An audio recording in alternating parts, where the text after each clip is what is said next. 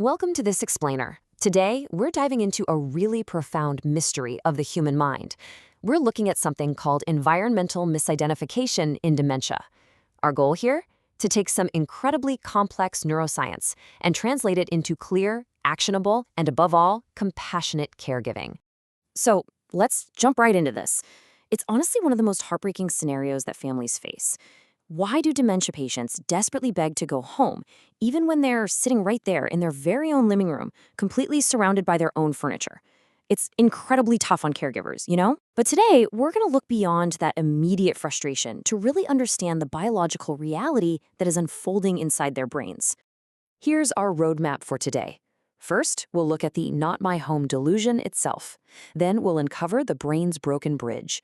From there, we'll examine agnosia and lost senses, explore time-shifting and sundowning, and finally, we'll wrap up with some compassionate caregiver strategies.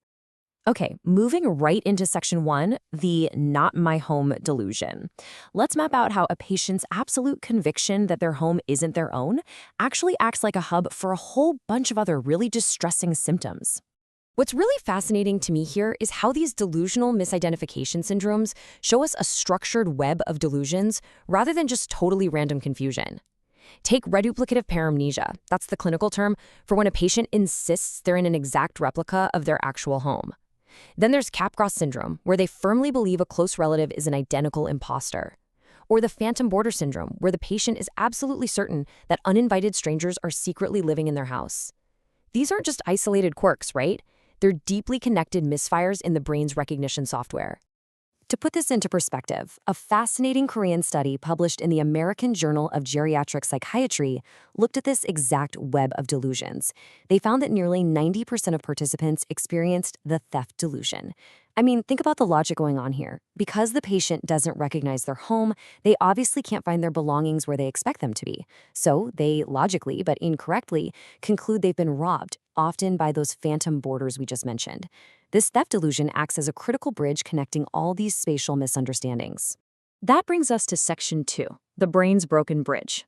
To understand exactly why this misidentification happens, we kind of have to look at the brain as a complex network of roads. Right now, we are dealing with what neurologists call a hodological disconnection, which is basically a breakdown in the physical white matter pathways connecting different regions of the brain.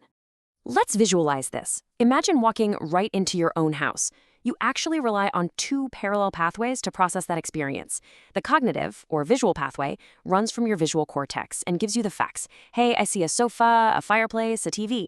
But simultaneously, the affective, or limbic pathway, connects those visuals directly to your emotional centers, like the amygdala, giving you that immediate warm feeling of safety and familiarity.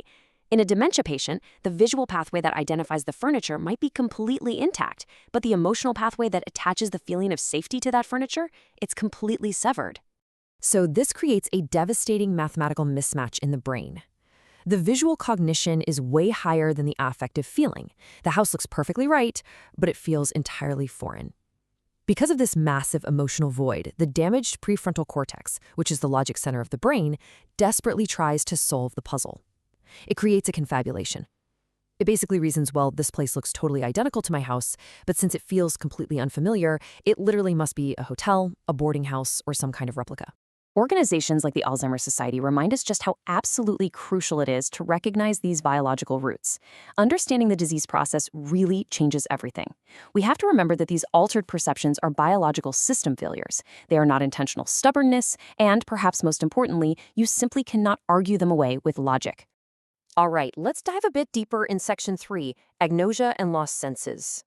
The key thing to grasp here is that this isn't just standard memory loss. It's actually a perceptual recognition problem known as agnosia. Think of agnosia like trying to read a book in a foreign language that you just don't speak. Your eyes are perfectly fine, you can see the letters clearly on the page, but the connection in your brain to what those letters actually mean, that's entirely lost. Let's look at how this plays out around our senses. Visual agnosia might mean a patient clearly sees a toothbrush but has zero idea what it's used for. Maybe they try to comb their hair with it. Then there's prosopagnosia, which is the devastating inability to recognize familiar faces, sometimes even a spouse standing right in front of them. Auditory agnosia is hearing something loud, like a smoke alarm, but not understanding that it signals danger. And environmental agnosia, that means failing to navigate completely familiar places. These examples really show us how absolutely terrifying it must be to live in a world where everyday sights and sounds suddenly just lose all their context. Now, let's see how this confusion maps out geographically inside the brain. There's a region called the retrosplenial cortex, or the RSC. Its main job is to take your egocentric view, what is right in front of your own eyes, and translate it into an allocentric global mental map of your overall surroundings. When the RSC degenerates, which unfortunately happens early on in Alzheimer's, patients literally lose their internal GPS.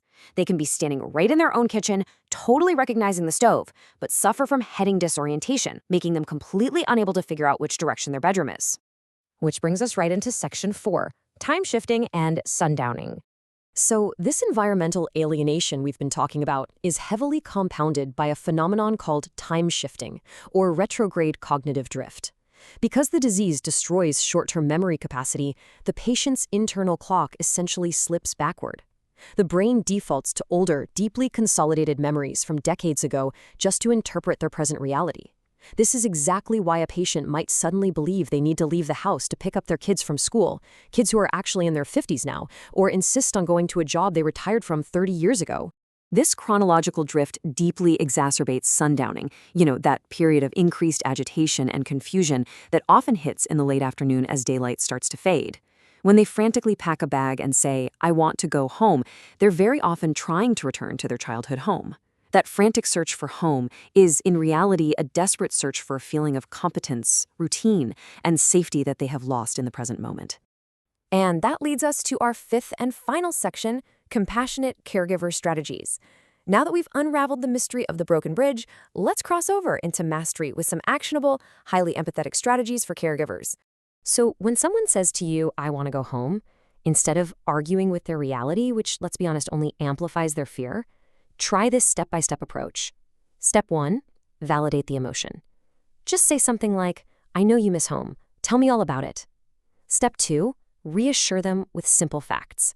Like, "You are completely safe here tonight. We'll stay right here for now." Step 3, redirect them to a purposeful, soothing task. Maybe have them help you fold some towels or water a plant. And finally, step 4, reminisce. Invite them to share a really positive memory from their past. By doing this, you're validating their feelings without actually endorsing the delusion. In addition to that, modifying the physical environment can just work wonders. Try clearly labeling cabinets and rooms with texture pictures to combat that visual agnosia we talked about. Create a consistent, unchanging spot for easily lost items like keys to help reduce the theft delusion. Simplify the room to cut down on overstimulation. And, this is huge, rule out basic medical triggers. A sudden spike in the not my home delusion can often be triggered by something as simple as hunger, unmanaged pain, a UTI, or honestly, just needing an updated hearing aid. There's a really beautiful sentiment that I think perfectly summarizes our ultimate takeaway today. Home is less a street address and more a feeling of comfort, safety, and routine. When you're caring for someone with dementia, whose brain just can no longer connect the visual sight of a room with the emotional feeling of safety, you become the anchor. You are the one providing that essential feeling of home through your calm, steady presence. So I want to leave you with this final thought to ponder as you step back into your own caregiving journey. If home is truly a feeling rather than a physical place, how can you build a bridge of safety for someone's reality is slipping away today? Thank you so much for joining me for this explainer. You are now armed with a much deeper, more compassionate understanding of the mind, and I genuinely hope it helps you bring a little more comfort to the people you care for.